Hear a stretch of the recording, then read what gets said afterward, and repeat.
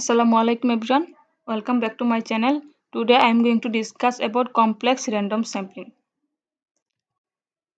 Complex random sampling is probability sampling under restricted or controlled condition. When probability and non-probability techniques are applied together, it becomes a mixed sampling design. When to use complex random sampling?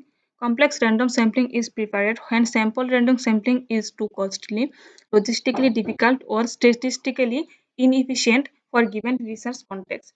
Population type of complex random sampling is sample may be drawn from either finite or infinite population depending on the nature of the research. The first method of complex random sampling is systematic sampling. Systematic sampling is a method where the first unit is chosen randomly and subsequent units are selected at a fixed interval k. It ensures even distribution and commonly used in quality controls and audit. Formula for sampling interval k is k equal to capital N by small n.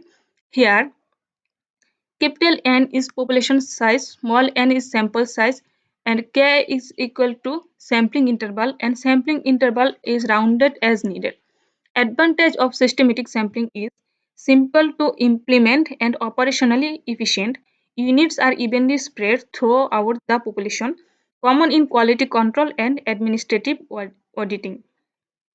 Key limitation of systematic sampling is bias arises when the population has a periodic or cyclic pattern matching the sampling interval.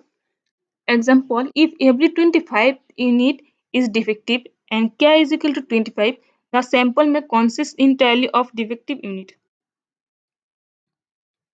Selection process in systematic sampling. Choose a random starting point R between 1 and k. Select unit following the pattern UR plus k, UR plus 2k. The sample consists of UR plus jk where j equal to 0, 1, 2 and R plus jk less than equal to 1.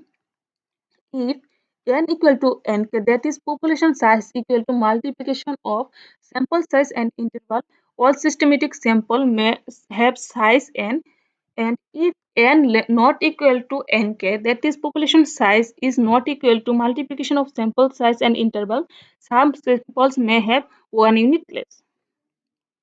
For example, if n equal to 100 and n equal to 15, that is if population size equal to 100 and sample size n equal to 15, and then interval k equal to 7, samples starting at 1 or 2 will have 15 unit, while starting from 3 to 7 will have 14 unit. Circular systematic sampling in systematic sampling. The purpose of circular systematic sampling is address the problem when n is not equal to nk, where different starting point give unequal selection probabilities. Selection rule in circular systematic sampling is select UR plus jk if R plus jk less than equal to n. Select UR plus jk minus n if R plus jk greater than n. For j equal to 0, 1, 2 up to n minus 1. Example of circular systematic sampling with population size n equal to 100, sample size n equal to 15 and interval k equal to 7, random start r equal to 5, the sample is this, and here we see the last unit is 3 because if we add 96 plus 7 then it is greater than equal to 100, so we use this formula. So we here minus population size 100 from this and our last unit become 3. The second method of complex random is stratified sampling. Stratified sampling is used when a population is not homogeneous. Divide the population into homogeneous strata that are heterogeneous across. Ensure better representation and more precise estimates. How to form strata in stratified sampling. Strata is formed based on common characteristics. Elements are homogeneous within each strata but heterogeneous across strata. Selection method is simple random sampling or systematic sampling. Advantage of stratified sampling is improved representativeness. All subgroups are included. significantly reduce sampling barriers compared to simple random sampling, allow different sampling strategy for each stratum. The sample size for each stratum is usually determined through a proportional allocation, where the number of selected elements correspond to the proportion of the population in that stratum. The proportional allocation formula is Pi equal to Ni divided by N, where Ni is equal to population size of stratum I and N equal to total population size. Example of stratified proportional allocation in stratified sampling. Drawn a sample of N equal to 13 from a draw a sample of N equal to 30 from a population of N equal to 8,000 divided into 3 strata. For strata 1 with N equal to 4,000, we have proportional allocation for first strata is 4,000 by 8,000, and hence the number of elements selected from strata I is N1 equal to 15. Similarly, for strata with N2 equal to 2400, we have proportional allocation for strata 2 is 2400 by 8,000, and hence the number of elements selected from strata 2 N2 equal to 9, and with strata 3 with N3 equal to 1600, we have proportional allocation for strata 3 is 1600 divided by 8,000, and hence the number of elements selected from strata 3 is N3 is equal to 6.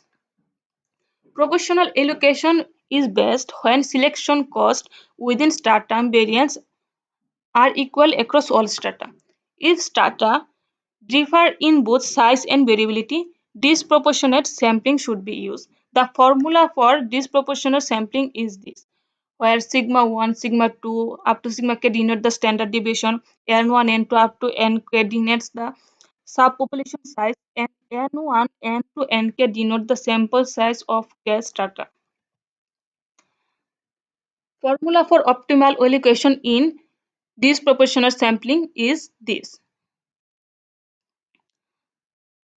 In addition, different in stratum size and variability, we may have difference in stratum sampling cost. Then we have cost optimal disproportionate sampling design.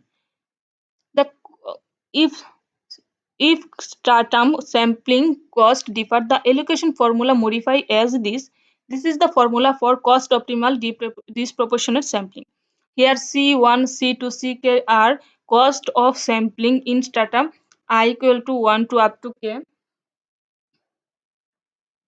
and all other terms remaining the same as explained earlier. The allocation in such a situation result in the following formula for determining the sample size for different strata. The formula for cost optimal allocation is this. The third method of complex random sampling is cluster sampling. In cluster sampling, the population is divided into non-overlapping groups called clusters. Clusters is often based on geography. A random sampling of cluster is selected. All units within the selected clusters are included. Example of cluster sampling. Suppose an inventory has 20,000 machine parts stored in 400 cases. Instead of checking all parts, randomly select some cases and inspect all parts within them. Type and characteristic of cluster sampling is cluster sampling can be geographic based area sampling. Clusters can be equal or varying in size. Sampling method include random, systematic or stratified sampling. When to use cluster sampling? Cluster sampling use when it is impractical or expensive to list individual units. When geographic cluster exist like village, district, blocks, also known as area sampling when cluster as geographic area. Advantage of cluster sampling is cost effective and logically convenient. Limitation of cluster sampling is less precise than simple random sampling. Multi-stage sampling. Multi-stage sampling is a more advanced extension of cluster sampling. Rather than surveying all units in selected cluster, the researcher further sub-sample within each selected cluster over several stages. Multi-stage sampling balances the efficiency of direct sampling and the convenience of cluster sampling. Example of multi-stage sampling: rural household survey. Stage 1, randomly select district from the country. Stage 2, randomly select upazila from the selected district.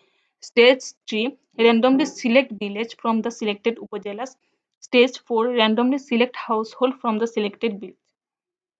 Key feature of multi-stage sampling is more efficient than cluster sampling but less efficient than direct unique sampling. Allows different sampling method at different stage. Used in large-scale survey for better accuracy and feasibility. Probability proportional to size sampling.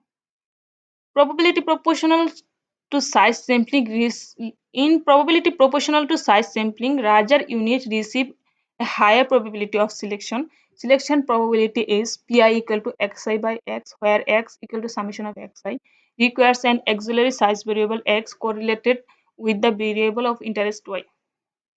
Example: if studying factory output, a factory's selection probability may be based on its employment size. To avoid bias, selected units are assigned weight based on their selection probability. Operational step in probability proportional to size sampling.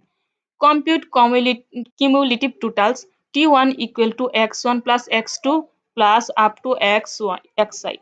Select a random number r between 1 and Tn. Select unit ui if r is greater than equal to ti minus 1 less than equal to ti. Repeat n times. Apply inverse probability weight in analysis. When to use probability proportional to size sampling?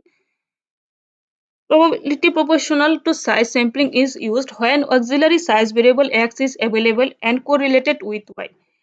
Reduction in variance is greatest when pi equal to yi by y. X and y is linearly related through origin, often combined with cluster or multi-stage sampling. Choice of appropriate sampling method. Sampling random sampling is best when no inferior information is available, suitable for moderate population and sample size. Systematic sampling is easier than simple random sampling but unsuitable for population with cyclical trend unless the cycle period is known. Stratified sampling useful for estimating subpopulation, reduce variance by ensuring homogeneity within strata. Clustered and multi-stage sampling convenient for large area, less efficient due to cluster homogeneity, but improve multi-stage sampling. Probability proportional to size sampling is preferred when an auxiliary variable is proportional to the target variable, reduce variance and enhance efficiency. Thank you, everyone.